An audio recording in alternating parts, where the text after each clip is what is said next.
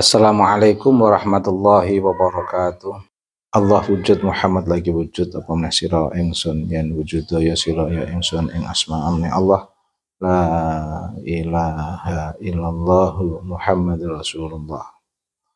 Rabbi shrah li sadri wa yassir li amri wahlul 'uqdatam min lisani yafqahu qawli amma ba'd. Ta'ziman wa ikraman saya untuk semuanya. Dalam kesempatan ini saya ingin mengkaji mereka yang berwatak Arab. Secara psikologis berbeda dengan orang Jawa. Orang Arab itu berbeda dengan orang Jawa. Kecenderungan orang Arab, keakuannya itu lebih menonjol. Mereka tidak memahami sebenarnya yang dikatakan Ki Haji Miftahul Ahyar itu sederhana. Ibarat sebagai orang tua bagi warga Nahdliyin, beliau Ki Haji Miftahul Ahyar sebagai orang tua bagi saya di lingkungan warga Nahdlatul Ulama. Beliau memuji para habaib itu sebenarnya memiliki dua sisi kemanfaatan yang secara substantif bisa kita fahami. Pertama, mengendalikan para kiai-kiai muda agar tidak terlalu ngegas di dalam memberikan kritik kepada para habaib atau menyampaikan hasil risetnya yang berhubungan langsung dengan bisa para habaib, yaitu untuk menjadikan simbol kenasaban yang mereka akukan kepada Nabi sebagai sebuah bisa yang mematikan bagi warga masyarakat Jawa atau masyarakat Indonesia. Itu betul-betul dikritik oleh para muda Nahdlatul Ulama, bahkan masyarakat Nahdlatul Ulama, warga NU, itu biar kritik ini tidak terlalu kencang.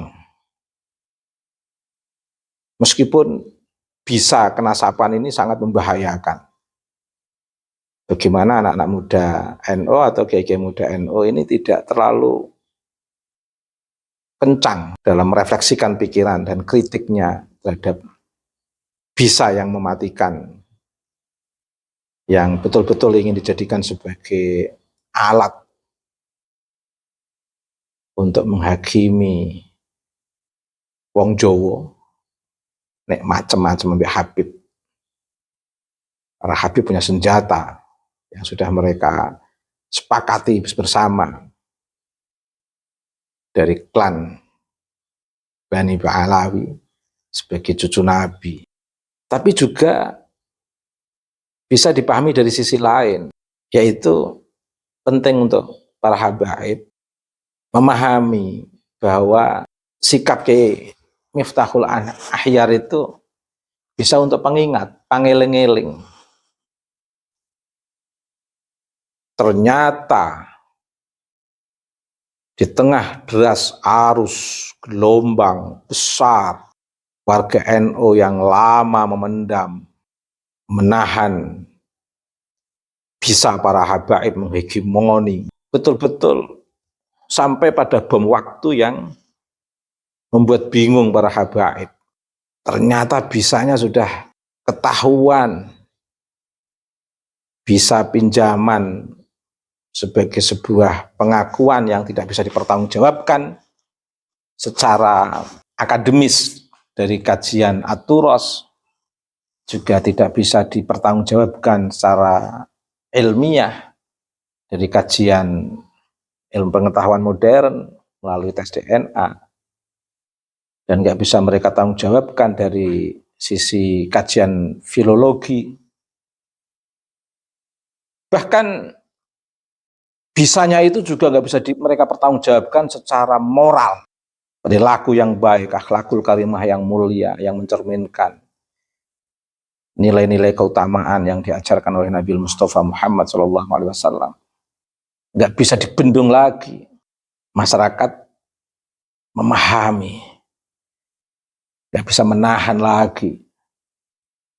Dimulai dari cacian orang-orang yang berpengaruh di lingkungan habaib yang mereka percaya, bahkan dipercaya oleh mayoritas habaib, yang di FPI mencaci Gus Dur dengan cacian yang seperti itu.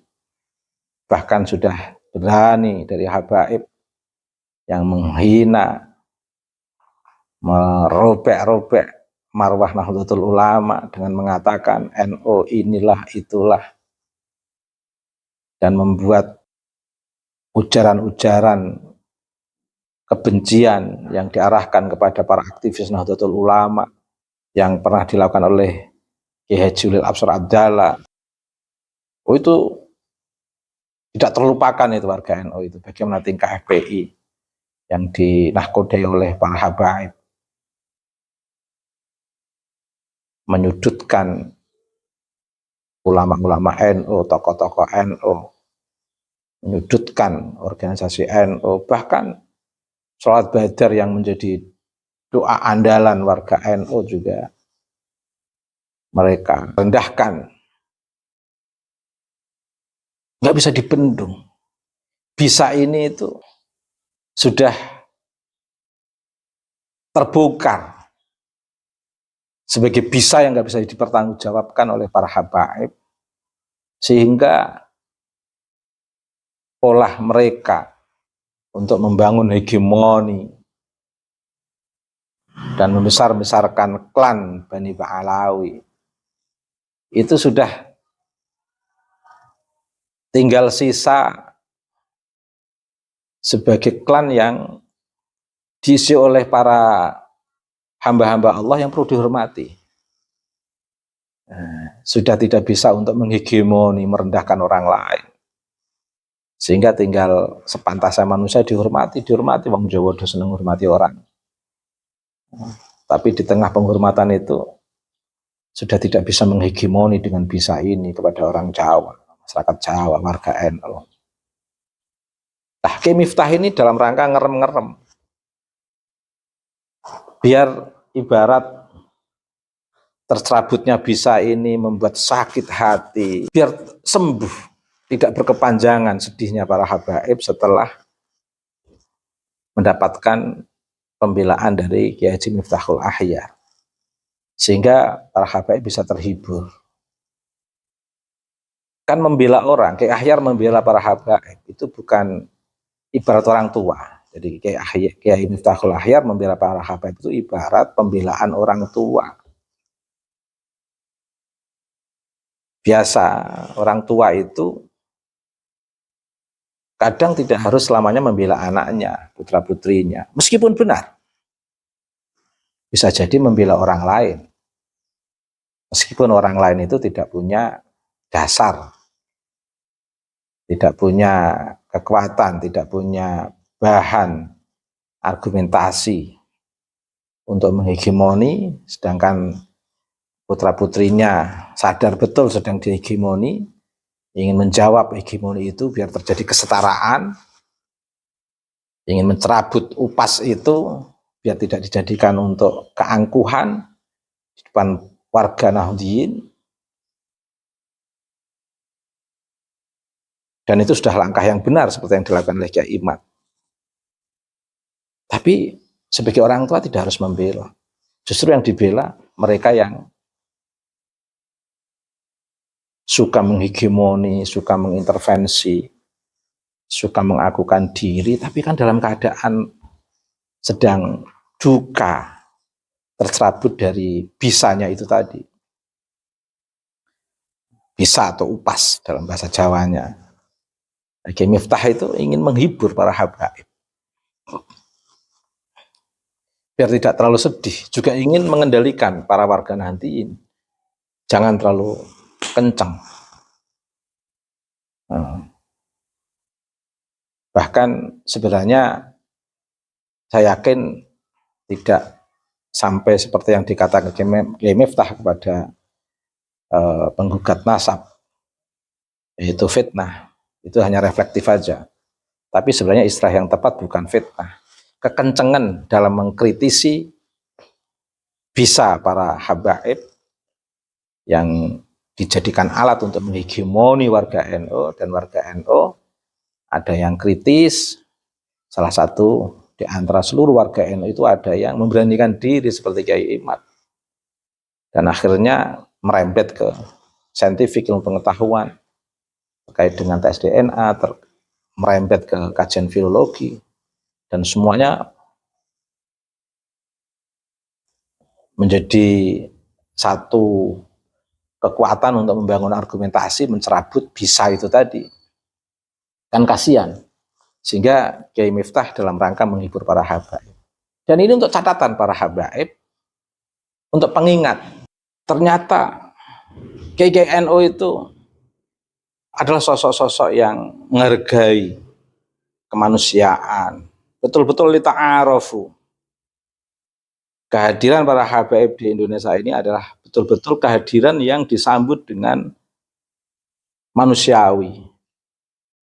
Meskipun punya kenangan sejarah di masa penjajahan Belanda di Nusantara ini, yang di sana ada habaib yang tersengaja dijadikan sebagai alat kolonial untuk menakut-nakuti masyarakat Jawa dan Kiai NU. Tapi tetap setelah masalahnya selesai, penjajahan selesai, tetap lita'arofu. Di zaman Pak Karno, untuk memulangkan, tetap kiai-kiai membela untuk memberikan suaka. Lagi-lagi lita'arofu. Di zaman Gus Dur, membela para habaib. Sekarang juga begitu, Kiai Miftah membela habaib. Apakah ini positif? Positif. Biar habaib ngerti, NU itu dari dulu bela mereka. Apakah nanti kalau sudah reda, habaib mau macam-macam lagi, geruduk PBNU, mencaci KKNU, merendahkan gerakan-gerakan anak-anak muda NU. Kalau memang itu menjadi agenda lagi, daplek memang. Untuk pengingat, akhirnya tahu kan para habaib betapa konsistensinya para kiai itu membela habaib. Tapi jangan direndahkan, karena para kiai itu punya anak-anak muda, para kiai sepuh di NU itu punya warga yang di sana komplek, ada warga yang cerdas, ada warga yang akademisi, ada warga yang serius meneliti, yang alim-alim banyak. Jadi nggak boleh main-main. Penghormatan, bahkan perlindungan KNU kepada habaib itu perlindungan yang memang istiqomah. Jadi untuk pengingat para habaib, ya itulah NU. Sebagai organisasi yang kalian caci, organisasi yang kalian rendahkan, sebagai organisasi yang kalian sudutkan, tapi masih membela. Terbukti Kiai Haji Miftahul Ahyar membuktikan itu lagi, membela para habaib. Untuk pengingat, habaib biar ingat, biar nggak ngomong sembarangan. Lah, yang ngomong sembarangan ketua Robitohnya lagi. Mewakili seluruh habaib di Indonesia, ngomong yang ngawur, gimana ini? Ya.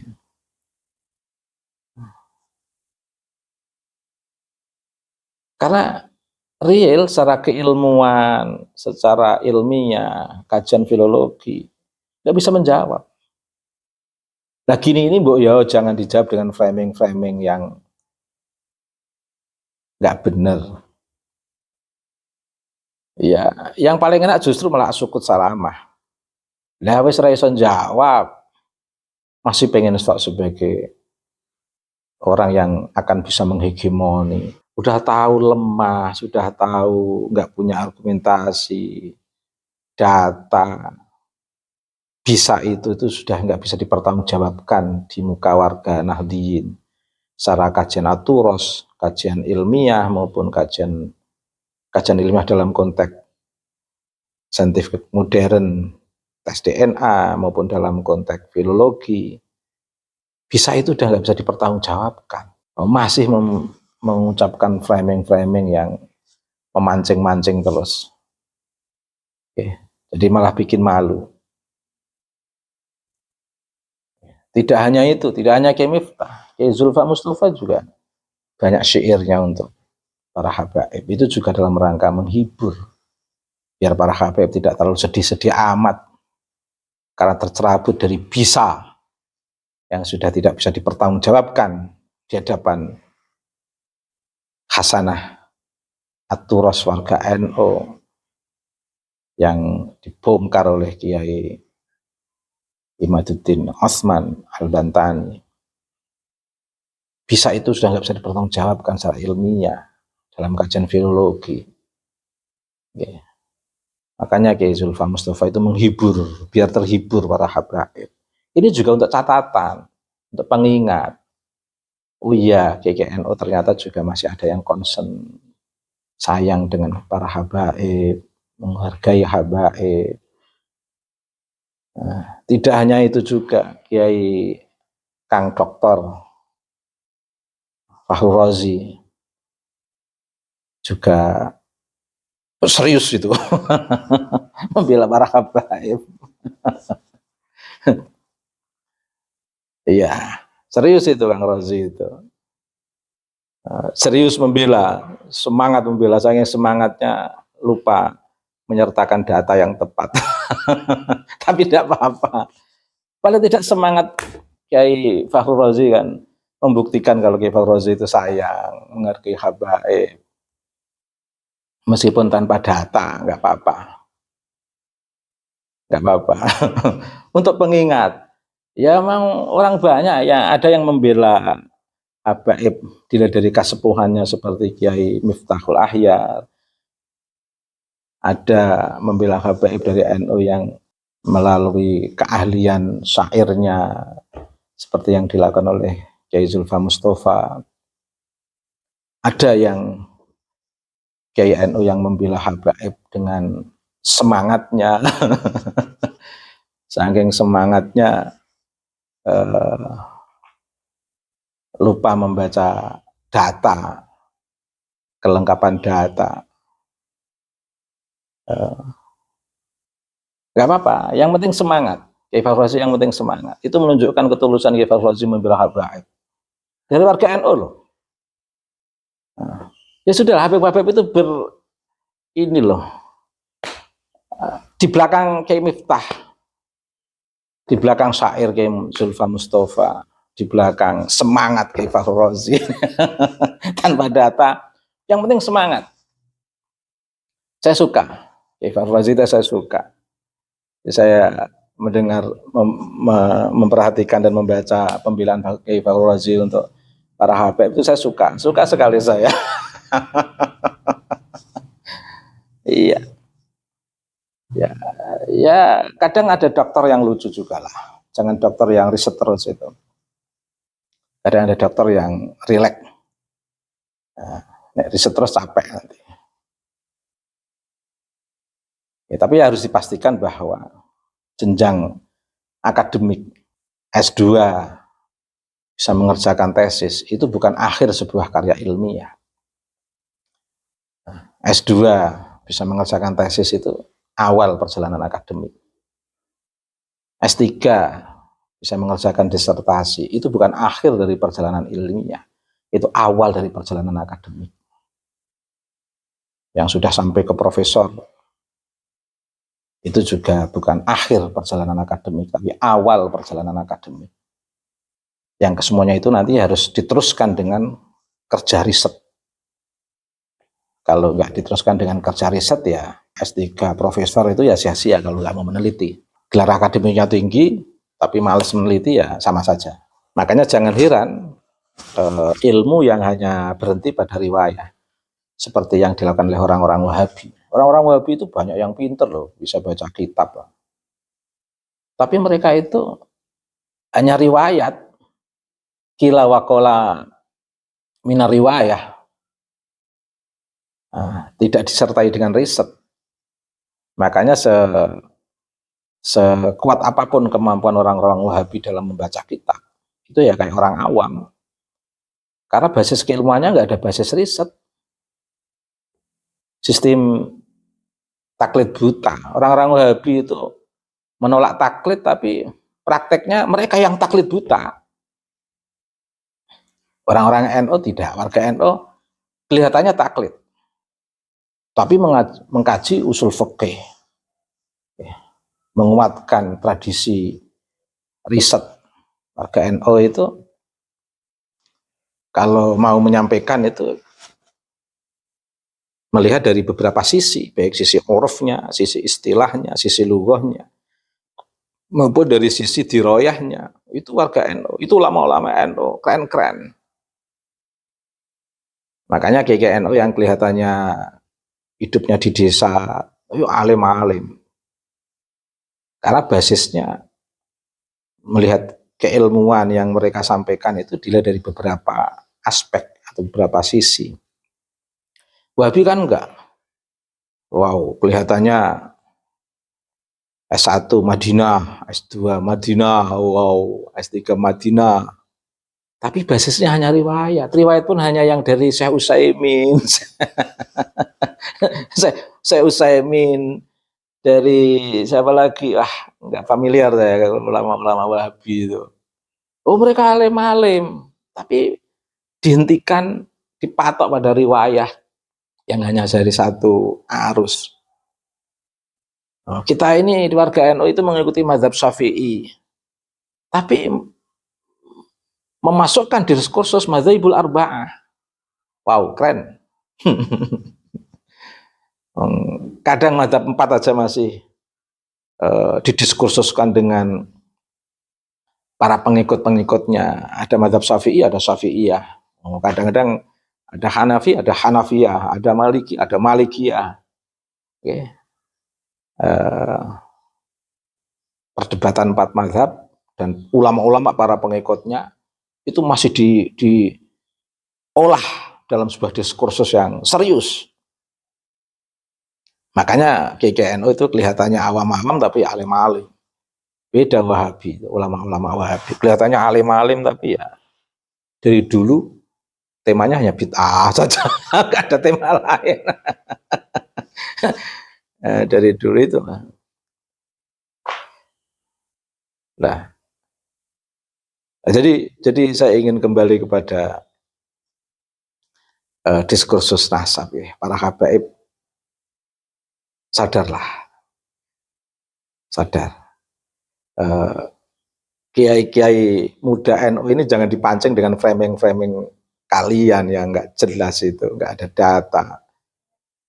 Masyarakat sekarang ini sudah pada terdidik semua, nggak perlu berdebat vis-vis, berhadapan-hadapan. Nah, tulisan itu sudah argumentasi akademik yang luar biasa. Oke. Kalian tidak usah nantang debat secara berhadapan-hadapan dengan Kiai Imad. Lakukan riset saja, dikeluarkan, nanti masyarakat akan bisa membaca. Kalau itu kuat datanya. Daripada berdebat yang harus diturunkan Habib Hanif. Asal ngomong aja, oke? Habib Ustadz Rumel itu, Kang Rumel itu, asal ngomong aja. Ustadz Wafi, wah asal ngomong saja itu, kayak perdebatan masa jahiliyah. Yang asal ngomong menang gitu, wow repot kalau begitu. Sekarang perdebatan nggak perlu vis-vis. Ya. Lakukan riset, publish itu riset itu, nanti dibaca oleh orang banyak. Klaim-klaim keahlian itu harus dibuktikan dengan hasil riset. Ada seorang misalnya ahli nasab, tapi dia nggak melakukan riset. Waktunya sudah lelah untuk menikmati hari-hari bersama keluarga atau lain sebagainya. Dia nggak melakukan riset. Ya nanti akan terrekonstruksi oleh hasil-hasil riset yang baru. Kayak Imad itu di mata saya ahli nasab. Karena sudah membuktikan hasil risetnya, serius. belum ada hasil riset yang lain yang bisa menjawab Kiai Imad. Dan nggak perlu berdebat, berhadapan-hadapan antara Kiai Imad dengan para habaib, nggak perlu. Para habaib kalau ingin menjawab, lakukan riset yang serius. Tidak usah mengeluarkan pernyataan-pernyataan yang menambah masyarakat ini geli. Penelitian seserius itu hanya dijawab dengan doktrin-doktrin yang malah menunjukkan tidak kualitasnya siapapun yang menjawab dengan asal-asalan. Okay. Jadi saya ingin mengingatkan kembali bahwa apa yang dilakukan oleh tokoh-tokoh NU yang terlihat membela habaib itu untuk pengingat para habaib bahwa kiai-kiai NU itu masih konsisten lah. Ada yang merepresentasikan diri untuk membela habaib. Okay. Untuk pengingat kalau NU itu organisasi yang penuh kasih sayang untuk kemanusiaan, keadilan, dan persamaan. Hal yang seperti ini itu untuk diingat-ingat. Okay. Jangan diem di saat dibela, tapi suatu ketika NU sudah tidak mempermasalahkan nasab, kiai NU sudah tidak pernah mendiskusikan nasab, terus memunculkan kembali bisa kenasaban untuk mengintervensi, membangun otoritarianisme, kekerasan verbal melalui dakwah dan lain sebagainya yang dilakukan oleh para habaib, lebih-lebih sudah berlangsung lama itu melalui FPI yang betul-betul terbuai, dibiarkan malah ngelonjak. Sejak Gus Dur, betapa sadisnya FPI secara verbal terhadap warga NU, tokoh-tokoh NU. Ketika Gus Dur presiden itu kayak apa. Tapi sabar warga NU, tidak pernah mempermasalahkan nasab. Baru ini aja Kiai Imad, karena memang dibutuhkan. Fenomena kehadiran Kiai Imad itu sangat dibutuhkan untuk mencerabut bisa yang bukan miliknya para habaib. Mencerabut kembali bisa yang dipakai para habaib yang tidak bisa dipertanggungjawabkan secara data, aturos maupun saintifik melalui tes DNA maupun kajian filologi. Ya, untuk pengingat, ternyata NU masih konsisten di tengah warganya, gelombang besar warga NU yang mempermasalahkan akhlakul karimah para habaib dalam ceramah-ceramahnya. Ternyata masih ada GNU yang membela habaib. Untuk pengingat, biar habaib ngerti kalau GNU itu sosok-sosok yang santun. Bahkan demi kemanusiaan, biar tidak tersayat, tersakiti para habaib, tetap dibela demi kemanusiaan. Jadi saya khusnuzon kepada Kiai Miftahul Ahyar, kepada Kiai Zulfa, kepada Kiai Fakhrozi, itu dalam rangka untuk membela kemanusiaan. Kemanusiaan itu kan nggak perlu berbicara benar yang benar dan yang salah. Nah, mungkin kemanusiaan ya kemanusiaan. Universal, kemanusiaan itu universal. Bisa jadi yang benar sudah merasa nyaman dengan data dan kekuatan pikirannya, ya sudah dibiarkan aja. Toh mereka masih tetap jadi anak dari Kiai Miftah, yaitu putra-putra dari kader-kader Nahdlatul Ulama.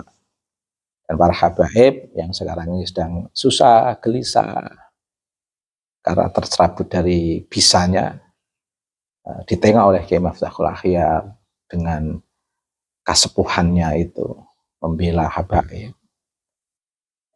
Ditengok oleh Kiai Haji Zulfa dengan syairnya itu, biar terhibur semua para habaib. Ditengok oleh Dr. Fakhrozi dengan gayanya yang semangat itu, wah luar biasa, bagus itu, bagus. Ya begitu, semoga bermanfaat. warga NU tetap mencintai Kiai Haji Miftahul Akhyar, menghormati sebagai kasepuan, sebagai Rais Am, tetap mengapresiasi pada Kiai Zulfa Mustafa. Jadi semua berjalan alamiah, ilmiah. Saya membela Kiai Imad itu ya secara ilmiah, alamiah, ilmiah. Dari sekarang ini pun saya nggak pernah ketemu secara langsung dengan Kiai Imad. Karena ada unsur kebenaran ya kita backup. Kebenarannya di mana? Kebenaran riset atau Kiai Imad dan kebenaran menjaga marwah Nahdlatul Ulama. Biar tidak terhegemoni oleh para habaib. Saya itu dipesan orang tua, meskipun nggak jadi pengurus PBNU, ya harus dikawal. Kalau sekiranya mau ada yang gerogoti NU dan GGNU, ya harus dibela. Saya itu manusia, nggak sempurna. Punya asobiah saya ini, punya fanatik saya ini. Saya itu punya fanatik terhadap NU. Meskipun saya nggak pengurus NU, saya orang kecil di NU ini, orang desa. Begitu. Terima kasih. Assalamualaikum warahmatullahi wabarakatuh.